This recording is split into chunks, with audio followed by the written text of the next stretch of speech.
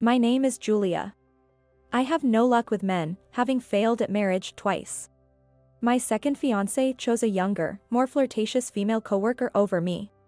Soon after, Mr. Thompson, the president, said something surprising. My name is Julia, a 36-year-old working at a small local construction company. I've been working at this company for 18 years since graduating from high school.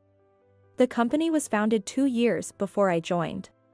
Mr. Thompson studied architecture in college and started a small public office with his father, who was a carpenter. Seeing my dad work was so cool. As a kid, I'd spend all day at the construction sites, just watching him and the other craftsmen work without getting bored. Every time we have a new employee, Mr. Thompson shares this story at the welcome party. I always wanted to be a great carpenter, but I'm afraid of heights. Even being on the second floor makes my legs shake. So, reluctantly, I gave up and studied architecture in college. Many craftsmen are self-employed with no guarantees. I thought, why not create a company and employ everyone? I was young. As someone who's been with the company for a long time, I've heard this story many times, but it still touches me every time. Mr. Thompson loves his craftsmen. It might be a bit unusual, but you could say he has a strong admiration for his father. Normally, you'd expect his father to become the president, but he preferred the field, saying, "That's not for me. I like being on site." And let his son, fresh out of college, take the lead. However, his father, who had worked as a skilled craftsman for many years and was well known, became the sales manager in title. When I joined, the company was smaller, and Mr. Thompson did everything from design to sales to interviewing new employees, while I, fresh out of business high school, took on all the office work. Over time, the number of employees has grown, and now we have 40. Our strength lies in our attentive service that competes with larger construction companies, sticking closely to our community roots. Being one of the oldest employees, I ended up holding the positions of both HR and General Affairs Manager. Although I'm not exactly the type to work aggressively. In my early 20s, I almost got married to someone I met at a matchmaking party a friend invited me to. But as soon as we got engaged, the attitude of the man and his family changed drastically. They became overbearing and treated me as a servant, which scared me, and I called off the engagement. I think it was a bold decision for me, but I'm sure I would have regretted it if I had gone through with the marriage. So I believe my choice was right. I have an older sister and brother, both married with children, so as the third child, I don't get nagged by my parents and enjoy living alone in an apartment near my parents' house. I enjoy my work and, having a bit of trauma about marriage, I sometimes think I might stay single for life. Mr. Thompson once asked me at a company's social, "Julia, are you not going to get married?" Oh. Is it inappropriate to ask about this? It's fine. When I got engaged, I told him that I would quit my job if I got married. That was because my fiance and his family wanted it that way. But since my engagement was called off, I've also explained the situation to him. Well, I haven't decided not to, but what about you, Mr. Thompson? Are you not going to remarry? He got married just after I called off my engagement, in his early 30s, and divorced about 2 years ago. I believe he didn't have any children. Well, I tend to prioritize work, so I guess I'm not cut out to be a family man. This company is like a family to me. It's great for the employees, but it must be hard for a wife. Mr. Thompson, looking dejected, exclaimed, "I thought so," and we ended up having an animated conversation about how complicated marriage can be.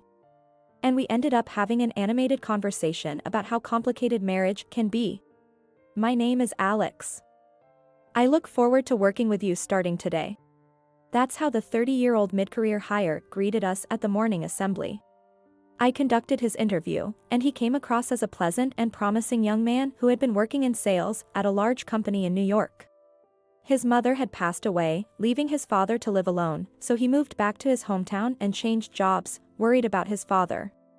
I used to work in sales at an electronics manufacturer, so the construction business is new to me, but I'll study hard and do my best. So please teach me. He greeted us like that. First impressions are crucial in sales. His clean, non-threatening demeanor likely contributed to his excellent sales record in his previous job. Since we focus on local community engagement, a lot of our work comes from word of mouth and referrals, but we're weak in acquiring new clients. So we're putting more effort into sales. We have high hopes for you, Alex.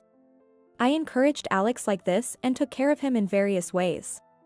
Being a local himself was an advantage, and customers highly regarded him. Since the main contact for door-to-door sales is usually the housewife, getting a good first impression is quite significant. I was also pleased when he secured his first contract for a new construction project. Great job. Now, we'll leave the rest to our craftsmen. They'll definitely build the house of the client's dreams. To celebrate, lunch is on me today. What would you like to eat? That's what I said, a bit too excitedly, to which Alex responded. Thank you very much. I'd like to go for drinks rather than lunch. It's my treat. No, I was the one who invited you first, and I can't let a younger man who just joined the company pay. So, let's go Dutch. And somehow, we ended up going out for drinks. Alex is considerate and a good conversationalist, making it enjoyable to drink with him. You've been with the company for a long time, haven't you, Julia? Yes, I guess I'm what you'd call an old-timer. The so-called old lady in the office? As I laughed and said that, he replied, not at all. Julia, you're more like a kind and caring older sister. He said something quite nice that made me happy. You salespeople really know how to make someone feel good with your talk. To that, he surprisingly said, I am actually attracted to women who are more mature than I am. Was he hitting on me? I panicked a bit. Having been away from the dating scene for a while, I couldn't come up with a good response on the spot. Since then, he's been particularly attentive, giving me small gifts that don't require anything in return and don't feel like a burden. Knowing I like cats, he started giving me things like a cat minifigure, a cookie in a cat-themed package, or a cat-themed plastic folder. Each item was only a few dollars, but they brought me a lot of joy. One day, after some time had passed. Would you like to go to a cat adoption event at a nearby home center with me this Sunday? He invited me. Well, cats, right? I'd love to, but my apartment has a no pets policy. My place is owned by our family, so I can have as many as I want. Let's go find a cat we both get along with. As a cat lover, I couldn't refuse. The adoption event had many cats, from kittens to adult cats. All of them were adorable, and I wished I could take them all home. However, the requirements to become a foster parent were quite strict. Living in a pet-friendly residence was a must. But even in pet-friendly places, people who lived alone and were away during the day, as well as the elderly, were not readily welcomed. They required neutering or spaying and vaccinations, and wanted photos of the cat every 3 months to report on their well-being. It seems quite challenging. I was surprised, and a staff member explained there are people who adopt with the intent of abuse. To ensure the cat's happiness, we have to be strict. It was unbelievable. I wonder why anyone would think of mistreating such adorable cats. In the end, Alex owned his home but was a first-time cat owner. Due to the house being empty during the day, the conditions weren't met, so he decided to pass on it this time. What a shame. That brown tabby kitten was so cute. Julia, would you marry me and live with cats? Excuse me?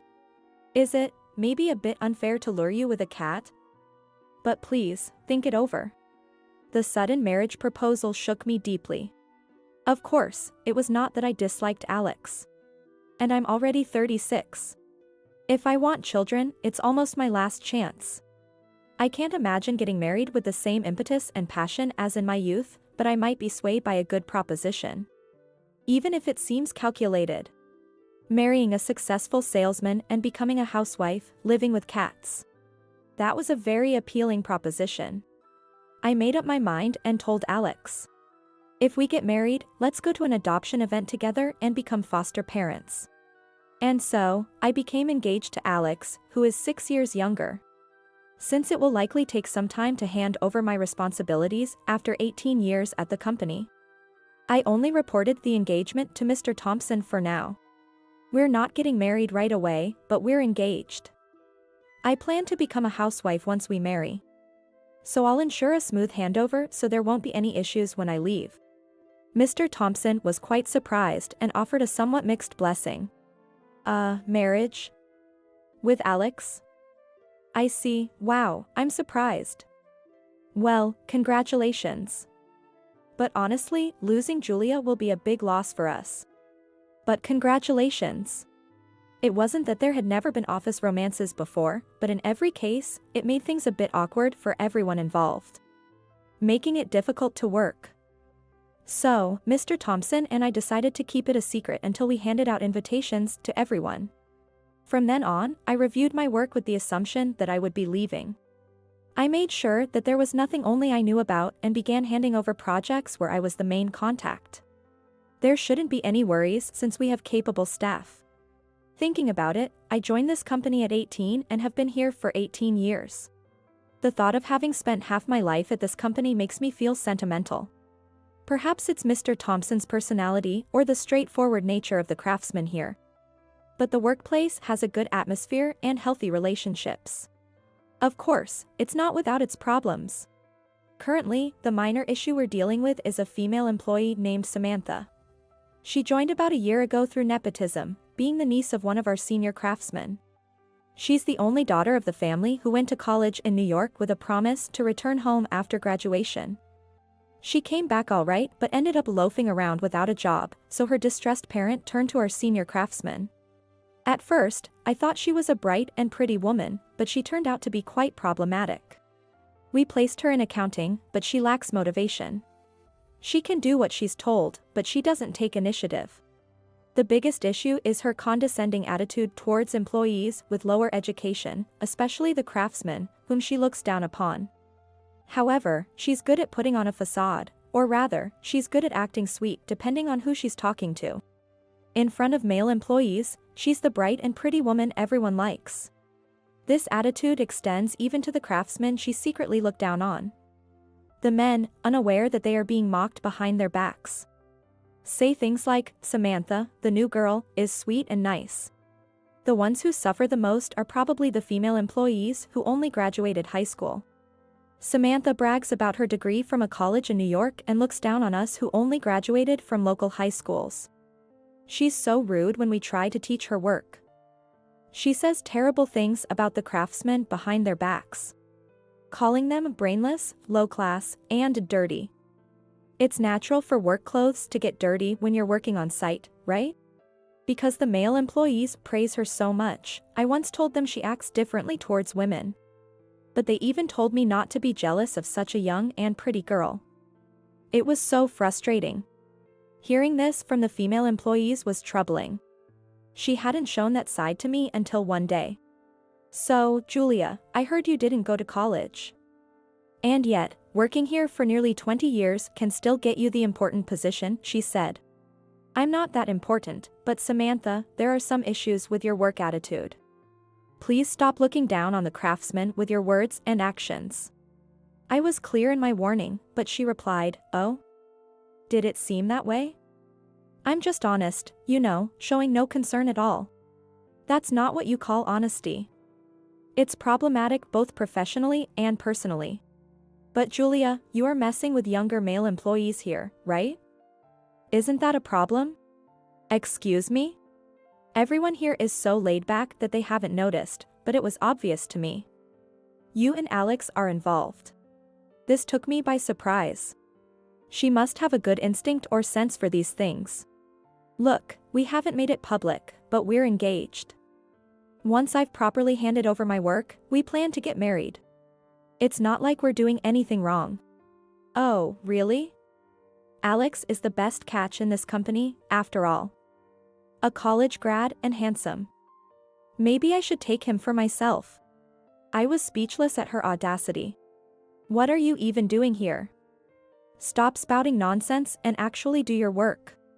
With that, I ended the conversation. Feeling utterly frustrated, I ended up venting to Alex. She's a troublesome kid. I'll talk to her too. I'll also address the work and the craftsman issue." Alex assured me, and I trusted his words. So, when I saw them whispering together in the meeting room, I thought he was taking care of it. And when Alex said I was going to consult with Samantha after work, I even felt reassured. Days of slight miscommunications with Alex continued, but I never imagined he was avoiding me on purpose. After about a month, when Samantha and I accidentally made eye contact and she looked at me with a triumphant smile, I realized, well, she got me. Alex apologized profoundly. Sorry. I got carried away. It wasn't serious. Please believe me. The thought of him with Samantha, of all people, and her smug smile, wouldn't leave my mind, infuriating me. Give me some time to think. Should I forgive him, believing it was just this once, and proceed with the marriage? Or should I decisively break up with a man who cheated with a coworker despite being engaged? While I was more inclined not to forgive him emotionally, giving up on the marriage I had once dreamt of was also hard. It happened when I was delivering documents to Mr. Thompson, who was drafting plans in the design room. Julia, you've seemed a bit down these last few days. Is something wrong? If you're okay with it, I'm here to listen. When he kindly said that, and seeing that there were no other employees around, I was suddenly overwhelmed and found myself crying. Much to my own surprise. I confided everything to him. I guess I just needed someone to hear me out. Matters of the romance are not something others should meddle in. But honestly, from my perspective, while I'd appreciate it if you stayed with the company instead of getting married, what's most important is your happiness, Julia. I hope you make the choice that will make you the happiest. Remember, I'm on your side, he expressed. Yes, I'll give it some more thought. Thank you, I said. After expressing my gratitude to him, I left the room. As time passed without a clear decision from me, about a month after Alex's affair came to light, an incident occurred during one morning assembly. At the end of the morning assembly, Samantha, who was standing next to Alex, took his arm and announced. To everyone here, I have an announcement. I'm getting married to him. This news made everyone present express their surprise aloud. What? The office was abuzz with surprise. While most were simply astonished, it was natural that there were also several female employees who were visibly upset, thinking, what? What is this? This has to be a joke. Of course, I was shocked too, but part of me felt like someone had made the decision I had been struggling with for me. Amidst the murmuring, Alex quietly came up to me and whispered. I'm sorry, the affair turned serious. Well, that's good for you, I said. I was striving to keep my cool. I was genuinely relieved we hadn't announced our engagement. Thinking that lashing out at them or blaming them would only make me feel more miserable, so I bit my lip. It was right after the commotion had started to settle that Mr. Thompson uttered some astonishing words. All right, you two are fired. What? Alex and Samantha looked at him in surprise. In fact, everyone present turned to stare at him in astonishment. Mr. Thompson, please stop with the funny jokes. Alex protested in a half-joking tone. I'm not joking. Both of you are fired, Mr. Thompson reiterated firmly. How can you say something so unilateral? That's just not acceptable. That's absurd. Getting fired just for getting married is ridiculous. Samantha seemed to think the issue was about company marriages. Yes, marriage is something to celebrate. Normally, I'd be the first to congratulate you. But you see, even if it's a small amount. Misuse of company funds is embezzlement, isn't it? Why should the company pay for your dates? What? So, Alex from sales and Samantha from accounting had been quietly using company expenses for their dates? The senior head of accounting turned pale and apologized for the oversight. Well, you wouldn't expect to find such misconduct among our employees. We'll have to be more cautious moving forward. And that's not the only reason. Mr. Thompson sighed in a troubled manner before speaking. Listen, Alex. Our company does not engage in unsavory business practices. You know what I'm referring to, right? What? No, that was not mine, but her idea. She made the first move and it only happened once. Who said you should go that far to secure a contract? The client has agreed not to make it an issue this time. But such actions could harm our company's reputation. How could this be? He went to such lengths just to secure a contract. No way. You're kidding, right? Samantha was also shocked, staring at Alex. And Samantha, your work attitude is appalling. I respect our craftsmen, and this company thrives on their skills. We don't need employees who look down on them. The office fell silent for a moment. Then, gradually, applause began, growing louder and louder. Female employees, who had been stressed out by Samantha's attitude, were visibly relieved, praising Mr. Thompson for speaking up. It was you, wasn't it? You're getting back at me for stealing your fiancé by telling Mr. Thompson all sorts of things. Samantha yelled at me. It seems I won't come out of this unscathed either. The office buzzed again. I didn't do such a thing. Sure, Alex and I were engaged, and we kept it under wraps. Planning to announce it after the handover of my duties was complete. It's unfortunate how things turned out. But personal matters and work are separate, I clarified. As I said this, voices from the female staff rose in support. Julia wouldn't do such a thing. We were the ones who went to Mr. Thompson. That's when it happened. Samantha's uncle, a craftsman who had helped her get the job through connections, stepped forward. I'm terribly sorry for all this. She got involved with a married professor in New York, caused some trouble, and was sent back home. She was loafing around without working, so I was asked by my brother to get her a job here. I'm truly sorry. He apologized deeply, seemingly unaware that he was revealing more than necessary. The two, their unsavory pasts exposed in front of all the employees, left the room with faces turning red and pale, fleeing the scene. An uncomfortable silence hung over the remaining employees. After everyone gets back to work, but it looks like work might be the last thing on anyone's mind right now, so let's take a 1-hour break. Dismissed. With Mr. Thompson's command, everyone dispersed, forming groups here and there to chat. Julia, could you come to my office for a bit?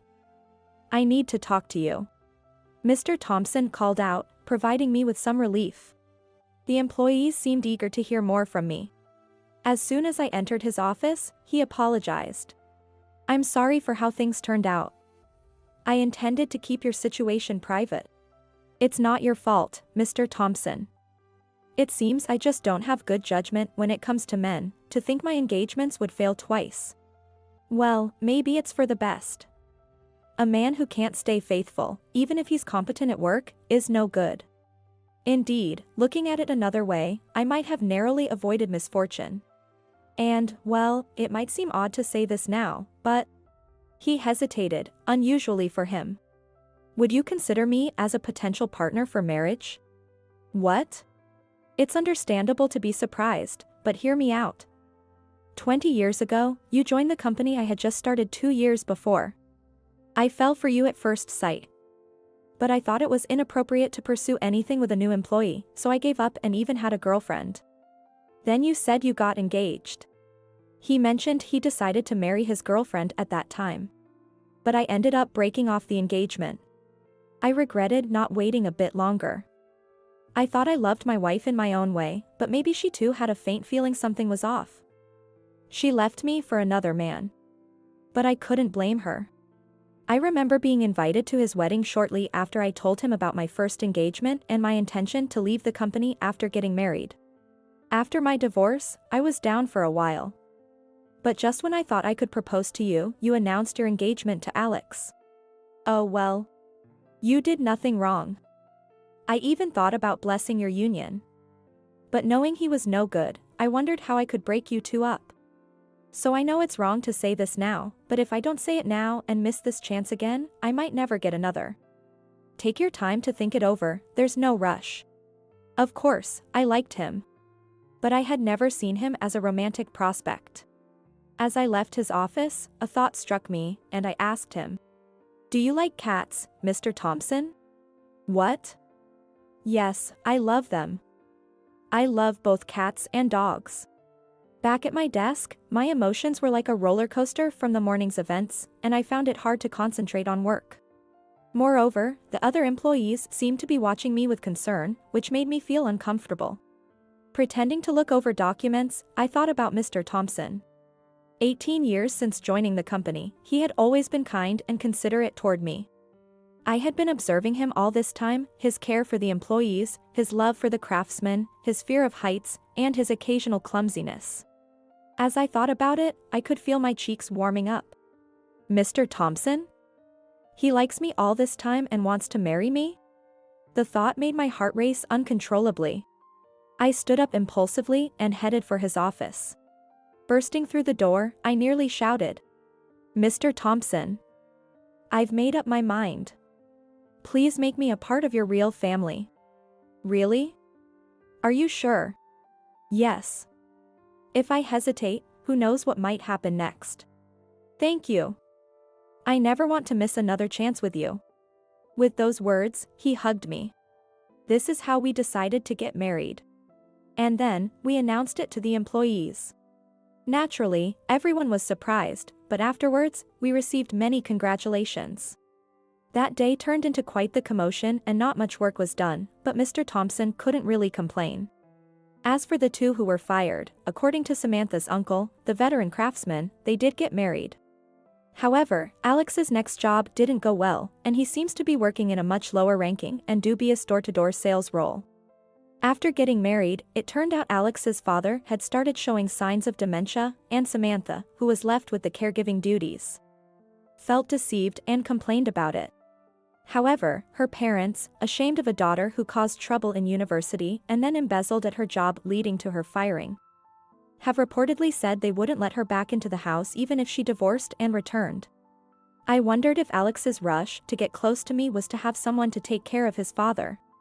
I moved into Mr. Thompson's house, and since I've known both my father-in-law and mother-in-law for 18 years, it felt like we've been family from the start. It was as if we were a family right from the beginning. Right after getting married, Mr. Thompson and I went to an adoption event and took in 2 sibling cats. Currently, under my enthusiastic father-in-law's direction, we're building a childcare facility on the company premises. With a childcare facility, we can actively recruit female craftsmen, and Julia can work while raising children, right? Mr. Thompson said. Even after marriage, I still catch myself calling him Mr. Thompson, but by next spring, we might be calling each other by our first names. Life can change dramatically based on timing and choices. Both of us took detours, but we probably won't regret this decision.